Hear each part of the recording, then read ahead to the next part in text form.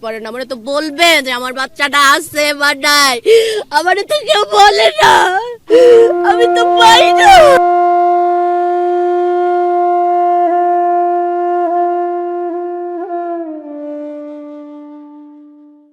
এ কান্না, এ আহাজারির শেষ কোথায়? শিক্ষার্থীদের বাঁচাতে নিজের জীবন দেয়া শিক্ষিকা মেহরিন চৌধুরী ছিলেন প্রয়াত প্রেসিডেন্ট মেজর জিয়াউর রহমানের ভাতিজি। ২০ জন শিক্ষার্থীর জীবন বাঁচিয়ে তিনি চলে গেলেন ওপারে। নিভে গেল ছোট ফাতেমার জীবন প্রদীপ। সামিউর করিমের দাফন হলো বরিশালে। এ এক হৃদয় বিদারক দৃশ্য। টাঙ্গাইলে ২ শিক্ষার্থীর প্রাণহানিতে চলছে শোকের মাতম। সায়ানের মৃত্যুতে লক্ষ্মীপুরের বাড়িতে চলছে শোকের মাতম। কাল রাইতে মেয়েটা শেষ খাওন খাইছে বলে এক বাবার বুক ভরা কান্না। সন্তানকে বাঁচাতে গিয়ে এক মায়ের করুণ মৃত্যু। বিমান বিধ্বস্ত স্কুল থেকে ছেলে ফিরলেও ফেরেননি মা। নিখোঁজ অনেক, বাবা মা খুঁজছেন তাদের বুকের মানিককে। আমার পাখির খাতাগুলো রইয়া গেছে। রাইসা মনির মায়ের আর্তনাদ।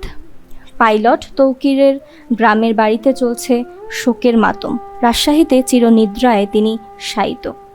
আহতদের বাঁচাতে মানবিক উদ্যোগে সামিল হিজড়া জনগোষ্ঠী।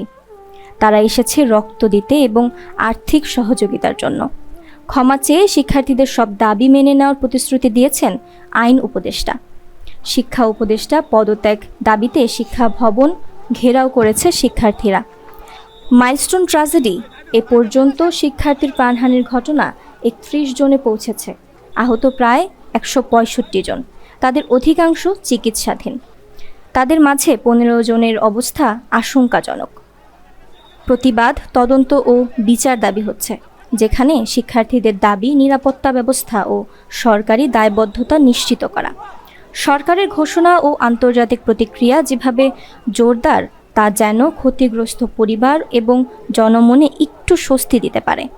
তবে দীর্ঘমেয়াদী সত্য উদ্ঘাটনে সময় লাগবে এবং তারই ফলাফলের অপেক্ষায় রয়েছে সবাই। প্রতিবেদন রাত্রি আক্তার দীপ্তি, দৈনিক আর নিউজ।